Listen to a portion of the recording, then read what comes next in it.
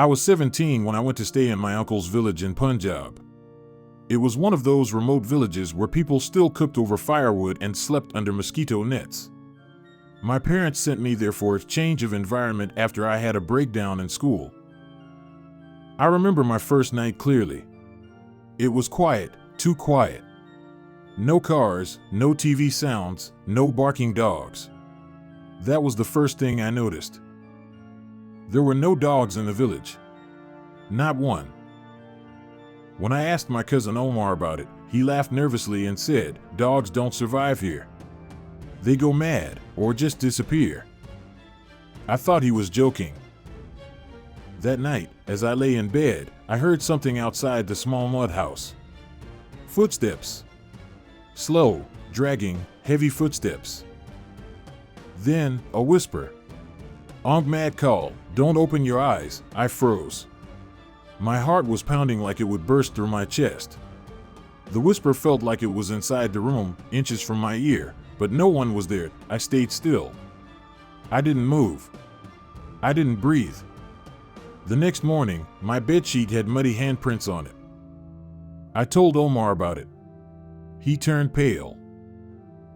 "We're not supposed to talk about it," he whispered. "Not after dark." I pressed him, and finally, he told me the story. A man named Rafiq used to live on the edge of the village. One night, he found something crawling in his sugarcane field. Not someone. Something. He thought it was a wounded dog. But when he got closer, it stood up. Tall. Too tall. And smiled with teeth that weren't human. Rafiq screamed for hours that night. In the morning, all they found was his jawbone in the middle of the field, still wet.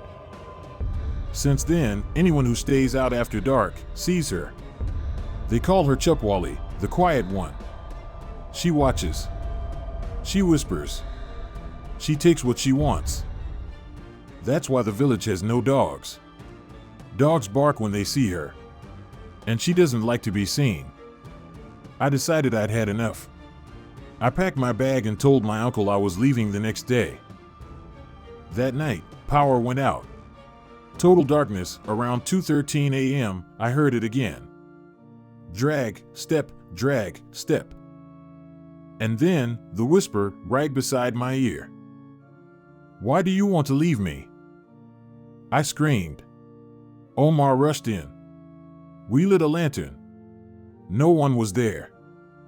But on the inside of the window, written in muddy finger streaks, were 3 words. "Stay with me."